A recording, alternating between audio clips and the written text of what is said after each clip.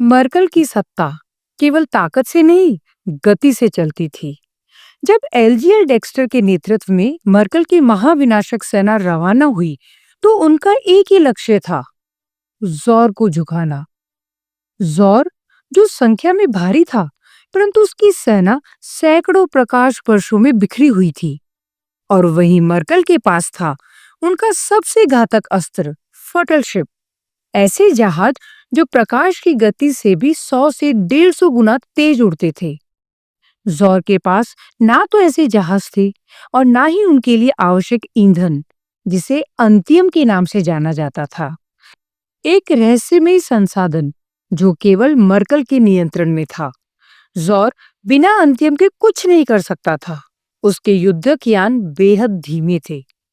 ज़ौर की स्टारगेज स्पीड वाले यान और मर्कल के फटल वॉरशिप्स की स्पीड में 200 से 300 गुना का अंतर था, और ये निर्णायक साबित हुआ।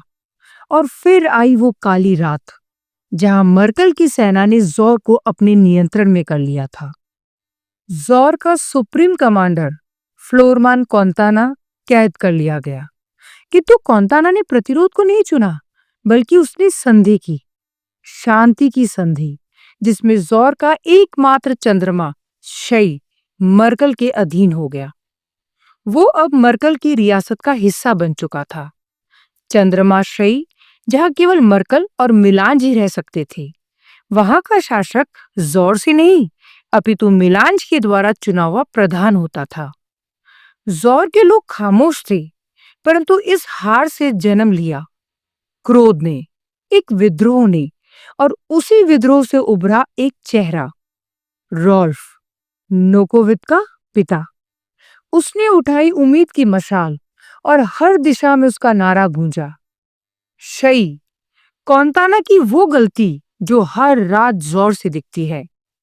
रॉल्फ ने संकल्प लिया, यदि वो सुप्रीम कमांडर बना तो मर्कल को हराएगा और ज़ौर का आत्मसम्मान पुनः स्थापित करेगा।